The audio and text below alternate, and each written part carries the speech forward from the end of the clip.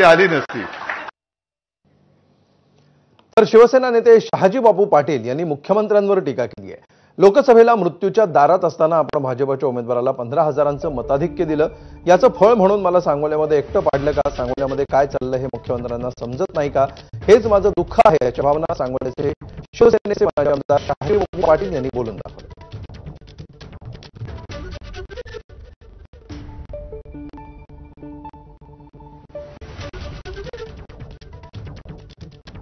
फडणवीस साहेबांनी विचार करायला पाहिजे।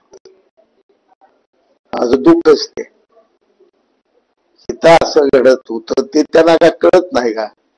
आणि मी त्यांचा कुठला शब्द बोलला मी त्यांचा वापर 15,000 माझ्या तालुक्यात काढला की मोहिते पाटील घराण्यातला उमेदवार होता, बिकट परिस्थिती होती आणि मी जर निवडणूक खर्चाची सोडून ऑपरेशन केलं असतं तर माझा असा बिकट कॅन्सर आजार गेला नसता। मला वाटतं आमचा विषय त्या ठिकाणी संपलेला आहे। कोणी त्या ठिकाणी आता आमच्या वक्तव्यांमध्ये आगीत तेल घालून भडका उडवून देऊ नये।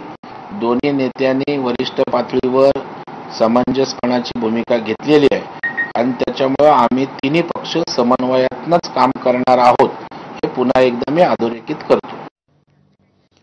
तर भाजप आणि शिवसेनेमध्ये एकमेकांचे नेते घ्यायचे की नाहीत हा संभ्रम असताना आता